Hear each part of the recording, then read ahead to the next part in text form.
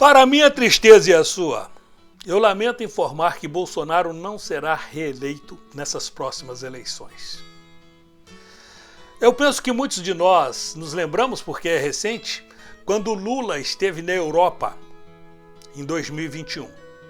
Ele se encontrou com toda a ala progressista dos países, como Olaf Scholz, que acabara de ser eleito no lugar de Angela Merkel.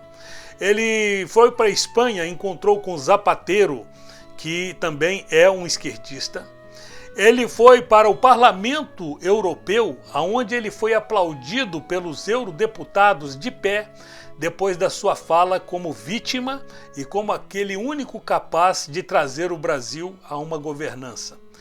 Ele ainda falou para os repórteres que o Brasil não precisava de mais nada, somente de governo, e que o Brasil estava sem governo. Na Alemanha, ele se reuniu com Olaf Scholz, vencedor das eleições alemãs, conforme eu disse, também com Martin Schulz, ex-presidente do Parlamento Europeu, liderança do Partido Social Democrata. Onde você vê social-democrata, social-democracia, progressista, pode-se ler socialista, comunista. Só que o comunismo na Europa é diferente daqui na América do Sul, porque o socialismo de lá, ele escraviza os outros comunistas das outras nações, da África, da América do Sul, para tirarem proveitos em benefício dos seus países. Eles são mais inteligentes, são mais escolados, estão há mais tempo na escola da ilegalidade, podemos dizer assim. Lula também teve um encontro com lideranças sindicais do país, na Alemanha, né? Secretaria-Geral da Confederação Sindical Internacional, sindicatos. E na Bélgica, ele esteve numa reunião, participou de uma reunião de altíssimo nível no plenário do Parlamento Europeu, onde discursou e foi aplaudido de pé pelos eurodeputados. O evento, intitulado Juntos durante a Crise para uma Nova Agenda Progressista, reuniu líderes da Europa e da América Latina para discutir como o mundo poderia sair mais forte da pandemia a partir de uma agenda progressista. Depois, ele foi para a Espanha, onde teve um encontro com o chefe da diplomacia da União Europeia, Josep Borrell, e também com José Luís Rodrigues Zapatero, ex-primeiro-ministro da Espanha, e com o economista Joseph Stiglitz, prêmio Nobel de Economia, e com a líder do Bloco Social Democrata no parlamento, Iratxe Garcia Pérez. Também teve reuniões com eurodeputados do Bloco Social Democrata. A cereja do bolo foi quando Lula se encontrou com Emmanuel Macron. Nesse encontro de mais de uma hora, Lula e o presidente francês dialogaram sobre a crise mundial, geração de empregos, redução de desigualdades. A França está preocupada com redução de desigualdade. A França que massacrou as suas colônias, massacrou a Nigéria, Tunísia, massacrou vários países, faltou beber o sangue desse povo. Os franceses são que nem vampiros. E agora está aqui falando, discutindo com Lula sobre desigualdades e proteção ambiental.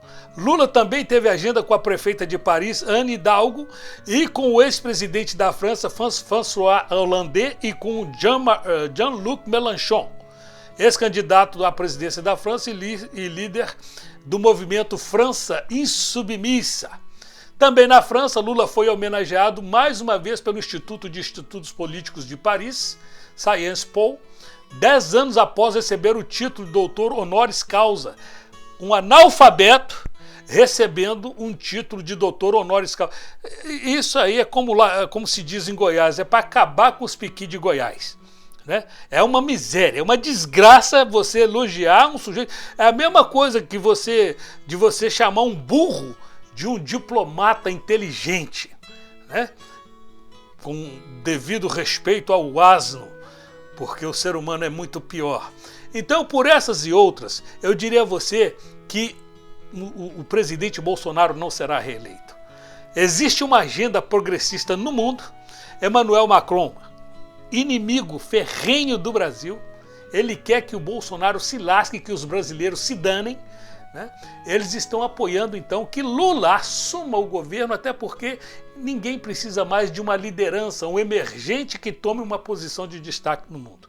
Os Estados Unidos não querem isso e também os europeus também não querem isso, porque o mundo está dividido entre esses dois blocos, Estados Unidos e Europa. Até a Ásia, com Japão e Coreia, fica de fora.